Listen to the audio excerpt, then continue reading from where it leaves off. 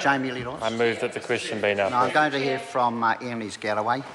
Very much, Mr. Chairman. As was foreshadowed at some length by my colleague Jacinda Ardern, I would like to look closely at Section 5, which replaces Section 98D in the Principal Act.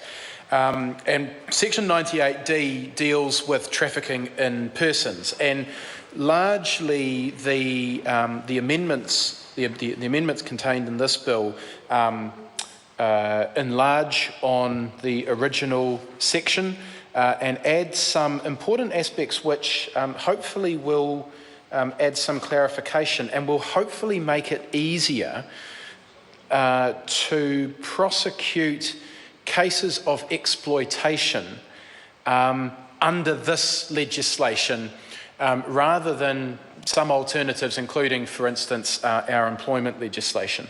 What is probably most likely to support that is Section 98D(4), which actually has some definitions around the word exploit.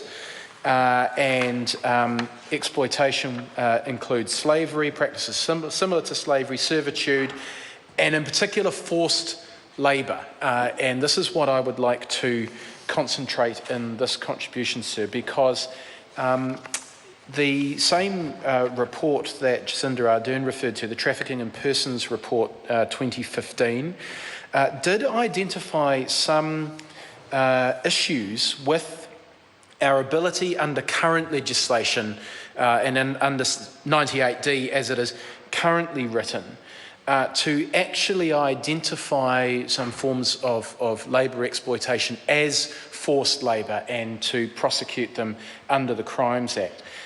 So the report identifies things which are probably well known to us, which are that foreign men and women from China, India, the Philippines, countries in the Pacific, South Africa and the United Kingdom are vulnerable to forced labour in New Zealand's agriculture, horticulture, viticulture, construction and hospitality sectors, or as domestic workers.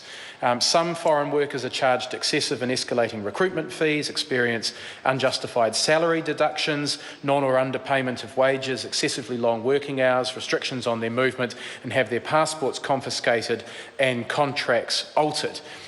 None of this is news to us, but I think what is perhaps hasn't been really recognised by the New Zealand public is that these actually constitute forms of forced labour. And the report identifies some examples.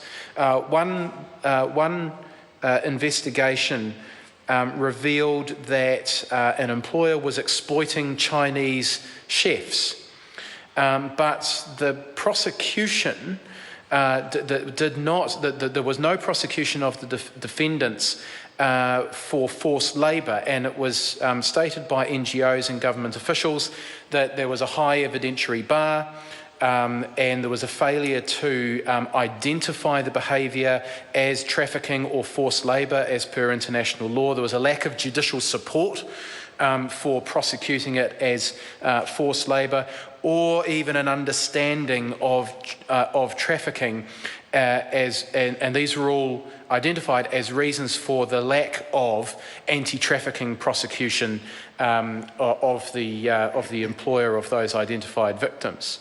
And the report notes that the Immigration Act prohibits retention or control of a person's passport or any other travel or identity document, yet there were no prosecutions under that provision. So, sir, my hope is that, and I didn't see anything in the commentary about this, but my hope is that by including forced labour as something which is explicitly defined as exploitation for the purposes of this section, we might actually have a better opportunity to prosecute some of those offences under this Act. And I would think, sir, that given the penalties, which is imprisonment for a term not exceeding 20 years or a fine not exceeding $500,000 or both. Neither of those are new. Those are, in fact, the penalties under the current Section 98D, but they are significant penalties. And I would hope that they are a far greater disincentive to conducting the types of exploitation that are identified, Mr. Chairman, Yeah, Lees-Galloway. that are identified in this report than the penalties that are available under our employment legislation. So there are other examples where New Zealand is currently failing to appropriately apply the laws that we already have.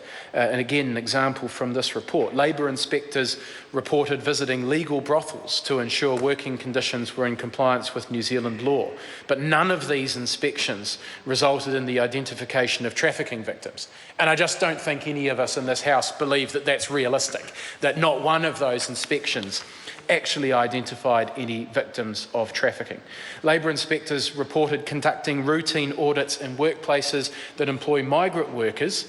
They identified breaches of labour standards, but these did not result in investigations or prosecutions of forced or coerced labour exploitation. So, sir, there is work to be done, and this amended Section 98D certainly appears on the face of it to go some way to addressing that. There is some rearrangement of the language, which again hopefully makes it clearer what the evidential bar for recognising trafficking and things like forced labour and slavery and for that matter, other things which are identified in here, like the removal of organs or prostitution and other sexual services, that these definitions now hopefully are much clearer and much easier for the judiciary to apply.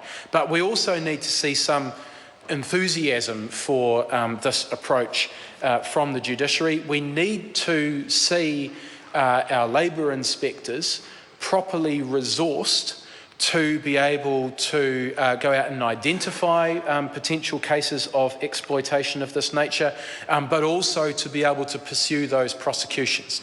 Because there's no doubt that pursuing that does require quite a high test. There is a high evidential test. The labour inspectors will want to be sure that they are able to prove their case, and that takes resources. That takes resources, and I would like to hear some assurance from the Minister and the Chair that not only is the law appropriately written so that we can actually address some of these matters of forced labour, but also that the government is prepared to resource MB and the other agencies tasked with enforcing this legislation to be actually able to go out there, identify the cases and take successful cases and pursue them all the way, and not fall at the final hurdle if they're not able to meet some of the evidential tests that will be required of them. So overall, in my view, this amended 98D is a significant improvement on what we have in the current legislation, and it certainly looks to address some of the issues with New Zealand's approach to these matters that have been identified by overseas agencies, sir. Jami-Lee Ross. I move that the question be now The put. question is that the question be now put. Those of that opinion will say aye. Aye. To the contrary, no. The ayes have it. Party votes called for. I'll ask the clerk for a party vote. New Zealand National, 59 in favour. New Zealand Labour, 32 votes opposed. Green Party, 14 opposed. New Zealand First, 12 votes opposed. Maori Party, 2 in favour. Act New Zealand, 1 in favour. United 1 Future. in favour.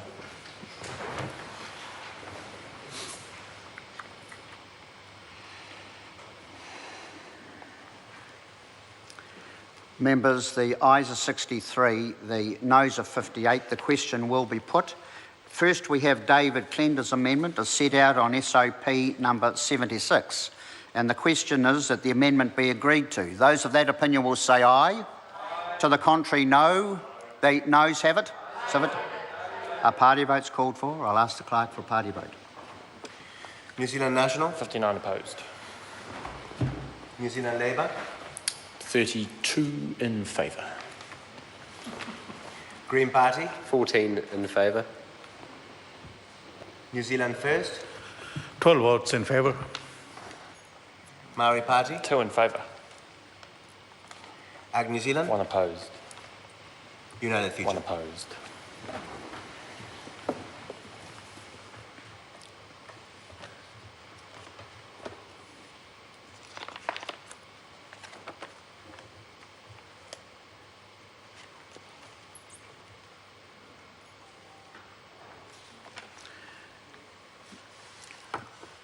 Members, the ayes are 60, the noes are 61. The amendment is not agreed to. We have an amendment in the name of David Clendon as set out on SOP number 128. And the question is that the amendment be agreed to. Those of that opinion will say aye. To the contrary, no. The noes have it. So party vote's called for. We'll ask the clerk for a party vote. New Zealand National, 59 opposed. New Zealand Labour, 32 votes in favour. Green Party, 14 in favour. New Zealand First, 12 votes in favour. Maori Party, 2 opposed. Ag New 1 Zealand, opposed. United Future. 1 opposed.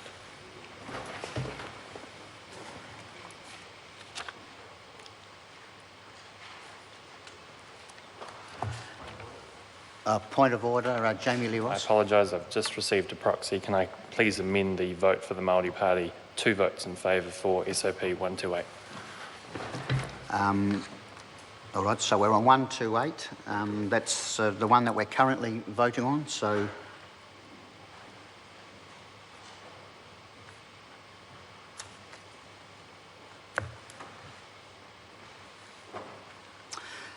the vote is for the ayes are 60, the noes are 61. The amendment is not agreed to. So the question is at part 1, stand part. Those of that opinion will say aye. To the contrary, no. The ayes have it. Members, we now move to debate on part 2, and this is clauses 18 to 63. And the question is that part 2 stand part. The question then is, I call